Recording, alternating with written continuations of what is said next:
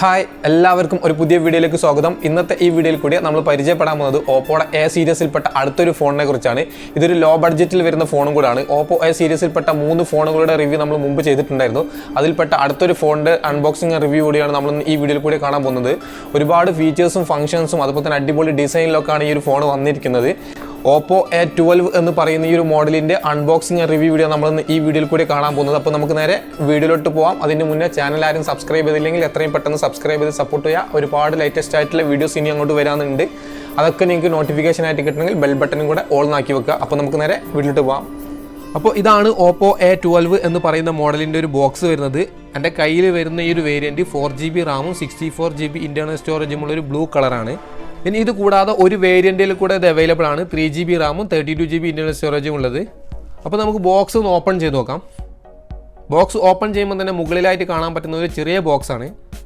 ആ ബോക്സിൽ വരുന്നത് സിം ട്രേ എജക്റ്റ് ചെയ്യാനുള്ള ഒരു ടൂളും പിന്നെ ഒരു ബാക്ക് സൈഡിൽ ഇടാൻ പറ്റുന്ന ഒരു കവറുമാണ് വരുന്നത്. ഇനി നമുക്കിതിൻ്റെ ഫസ്റ്റിന് ഇതിൻ്റെ പ്രൈസ് നോക്കുകയാണെങ്കിൽ UIയിൽ വരുന്നത് 3GB and 32GBക്ക് 479 ദിറംസാണ്.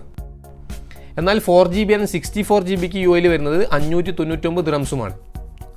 അതുപോലെ തന്നെ ഇന്ത്യയിൽ ഇതിന് എക്സ്പെക്റ്റ് ചെയ്യുന്ന പ്രൈസ് എന്ന് പറയുന്നത് 3GB and 32GBക്ക് 9990 രൂപയാണെങ്കിൽ 4GB and 64GBക്ക് ഇന്ത്യയിൽ എക്സ്പെക്റ്റ് ചെയ്യുന്ന പ്രൈസ് 11,990 രൂപയുമാണ്.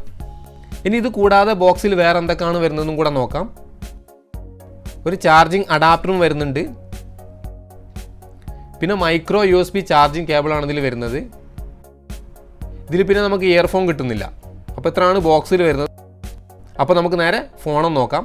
ഫോണിൻ്റെ ഒരു ഹാർഡ്വെയർ ഫീച്ചേഴ്സ് ഫസ്റ്റ് നോക്കുകയാണെങ്കിൽ താഴെ ഭാഗത്തായിട്ട് ഒരു 3.5mm ഓഡിയോ ജാക്ക് കണക്ട് ചെയ്യാനുള്ള ഒരു ഹോളും കാണാം. തൊട്ടടുത്തൊരു മൈക്കും കാണാം. പിന്നെ വരുന്നത് മൈക്രോ USB ചാർജിങ് പോർട്ടാണ് നമുക്ക് ഈ ഒരു ഫോണിൽ കിട്ടുന്നത്. പിന്നെ വരുന്നത് ഒരു സ്പീക്കറുമാണ്. ഇനി ഫോണിൻ്റെ ലെഫ്റ്റ് സൈഡിലായിട്ടാണ് വോളിയോ ബട്ടനും അതിന് തൊട്ട് മുകളിലായിട്ട് ഒരു സിം ട്രേയും കാണാം. ഈ സിം ട്രേയിൽ നമുക്ക് ഒരേ സമയത്ത് 2 സിം കാർഡും ഒരു മെമ്മറി കാർഡും ഇട്ടിട്ട് യൂസ് ചെയ്യാൻ സാധിക്കും. ഇതിലിടാൻ പറ്റുന്ന മാക്സിമം മെമ്മറി കാർഡിൻ്റെ കപ്പാസിറ്റി എന്ന് പറയുന്നത് 512GB വരെയാണ്. ഇനി റൈറ്റ് സൈഡിലായിട്ടാണ് പവർ ബട്ടൺ വരുന്നത്. നമുക്ക് എല്ലാ ഓപ്പോയിലും കിട്ടുന്ന പോലെ തന്നെ ഈ പവർ ബട്ടൺ 2 സെക്കൻഡ് ഹോൾഡ് ചെയ്ത് പിടിക്കുകയാണെങ്കിൽ ഒരു ഗൂഗിൾ അസിസ്റ്റ് ചെയ്യാനുള്ള ഓപ്ഷൻ വരുന്നത് കാണാം. ഇനി ഫോണിൻ്റെ ഡിസ്പ്ലേ സൈഡ് നോക്കുകയാണെങ്കിൽ ഒരു 6.22 ഇഞ്ചിൻ്റെ ഒരു HD+IPS ഡ്യൂ ഡ്രോപ്പ് ഡിസ്പ്ലേ ആണ് വരുന്നത്. 1520x720 ആണ് ഡിസ്പ്ലേൻ്റെ റെസൊല്യൂഷൻ കിട്ടുന്നത്. ഇനി 20:9 ആണ് ആസ്പെക്ട് റേഷ്യോ വരുന്നത്. അതുപോലെ തന്നെ സ്ക്രീൻ ടു ബോഡി റേഷ്യോ വരുന്നത് 82.2% ആണ്. പിന്നെ ഇതിൽ നമുക്ക് ഗൊറില്ല ഗ്ലാസ് 3ന്റെ പ്രൊട്ടക്ഷനും കിട്ടുന്നുണ്ട്. പിന്നെ ഇതിന്റെ മാക്സിമം ബ്രൈറ്റ്നസ് വരുന്നത് 450 നെറ്റ്സ് ആണ്. അതുപോലെ ഇത് ഡിസ്പ്ലേ നോക്കുമ്പോൾ നിങ്ങൾക്ക് കാണാം നല്ല ബ്രൈറ്റ് ആയിട്ടുള്ള ഒരു ഡിസ്പ്ലേ നമുക്ക് ഈ ഒരു ഫോണിന് കിട്ടുന്നത്. ഇതിൽ വരുന്നത് ഒരു HD+ ഡിസ്പ്ലേ ആണെങ്കിൽ പോലും നമുക്ക് കാണാൻ സാധിക്കുന്ന ഒരു ഫുൾ HDന്റെ ഒരു ഡിസ്പ്ലേന്റെ ഒക്കെ ഒരു ഫീലാണ് കിട്ടുന്നത്. ഇനി ഫോണിൻ്റെ സോഫ്റ്റ്വെയർ നോക്കുകയാണെങ്കിൽ Android 9.5 ആണ് കിട്ടുന്നത്. അതുപോലെ തന്നെ ഓപ്പോൻ്റെ സ്വന്തം കളർ OS ആയ 6.1 ഇതിൽ വരുന്നത്. അതേപോലെ ലേറ്റസ്റ്റ് ആയിട്ടുള്ള ഒരു അപ്ഡേഷനും കൂടി നമുക്ക് ഇതിൽ കിട്ടുന്നുണ്ട്. കളർ OSന്റെ 6.2 എന്ന് പറഞ്ഞ ഒരു അപ്ഡേഷൻ കൂടി ഇതിലിപ്പോൾ വന്നിട്ടുണ്ട്.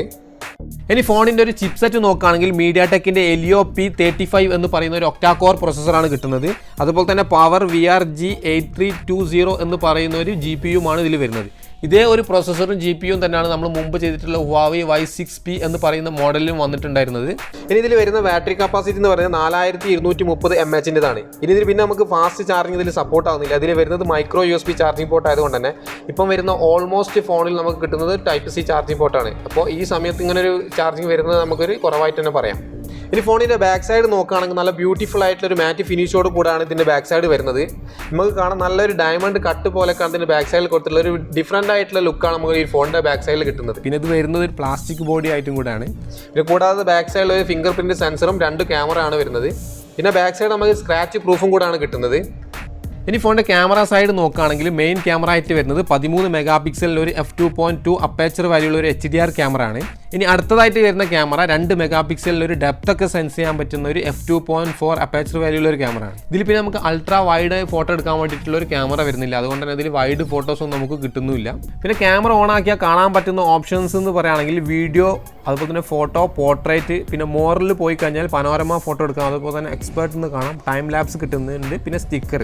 പിന്നെ ഇതിൽ വരുന്ന വേറൊരു ഓപ്ഷനാണ് കളർ ഫിൽറ്റർ എന്നുള്ള ഒരു ഓപ്ഷനും ക്യാമറയിൽ കിട്ടുന്നുണ്ട്. അങ്ങനെ കുറച്ച് ഓപ്ഷൻസ് ആണ് അവിടെ കാണാൻ സാധിക്കുന്നത്. നമുക്കിതിൽ പോർട്രേറ്റ് കിട്ടുന്നത് കൊണ്ട് തന്നെ നമുക്ക് ബാക്ക്ഗ്രൗണ്ട് ഒക്കെ ബ്ലർ ചെയ്തിട്ടുള്ള ഫോട്ടോസ് ഒക്കെ എടുക്കാനും സാധിക്കുന്നുണ്ട്. ഇനി ഈ റിയർ ക്യാമറ ഉപയോഗിച്ച് എടുക്കാൻ പറ്റുന്ന maximum video resolution 1080 30 frame per second വരെയാണ്.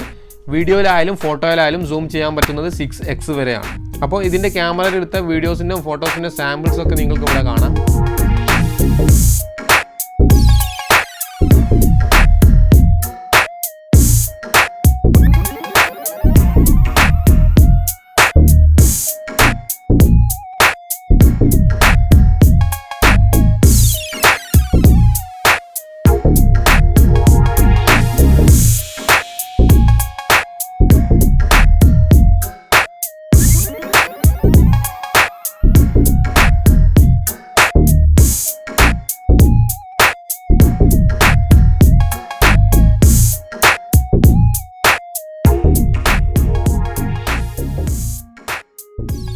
ഇനി ബാക്ക് സൈഡിൽ വരുന്നത് ഒരു ഫിംഗർ പ്രിന്റ് സെൻസറും പിന്നെ ഇതിൻ്റെ മറ്റൊരു സെക്യൂരിറ്റി ലോക്കായിട്ട് കൊടുത്തുള്ളത് ഫേസ് ലോക്കുമാണ്. രണ്ടും തന്നെ അത്യാവശ്യം നല്ല സ്പീഡിൽ തന്നെയാണ് വർക്ക് ചെയ്യുന്നത്.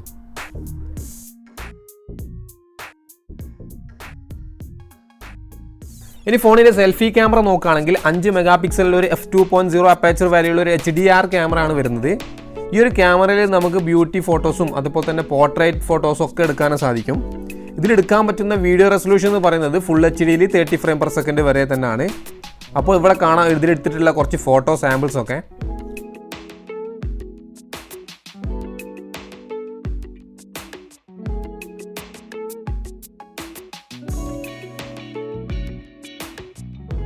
ഇനി ഇതിൽ എത്രമാത്രം സൗണ്ട് ഉണ്ട് നമുക്കൊന്ന് കേട്ടു നോക്കാം.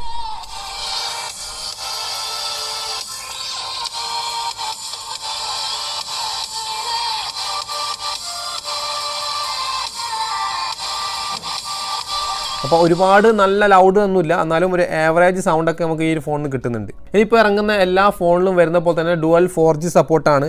അതുപോലെ തന്നെ ഇതിൽ നമുക്ക് വൈഫൈയിൽ 5 GHz സപ്പോർട്ട് ഉണ്ട്. പിന്നെ വോൾട്ടിൻ്റെ സപ്പോർട്ട് ഇതിൽ കിട്ടുന്നുണ്ട്.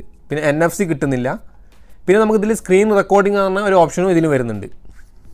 ഇതിൻ്റെ മുമ്പ് ചെയ്തിട്ടുള്ള ഹുവാവിയിലായാലും സാംസങ്ങിലായാലും മറ്റുള്ള ബഡ്ജറ്റ് ഫോണുകളിൽ നിന്നൊക്കെ നല്ല വ്യത്യസ്തമായിട്ടുള്ള ഒരുപാട് ഫീച്ചേഴ്സ് ഇൻക്ലൂഡ് ചെയ്തിട്ടാണ് ഈ ഒരു ഫോൺ വന്നിരിക്കുന്നത്.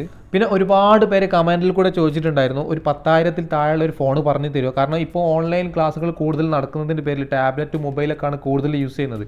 അപ്പോൾ അവർക്ക് വേണ്ടിയിട്ട് ഈ ഒരു ഫോൺ ചൂസ് ചെയ്യാവുന്നതാണ്. കാരണം ഒരുപാട് ഫീച്ചേഴ്സും ഫംഗ്ഷൻസൊക്കെ ഇതിന് വേണ്ടിയിട്ട് ഇൻക്ലൂഡ് ചെയ്തിട്ടാണ് ഈ ഒരു ഫോൺ വന്നിട്ടുള്ളത്.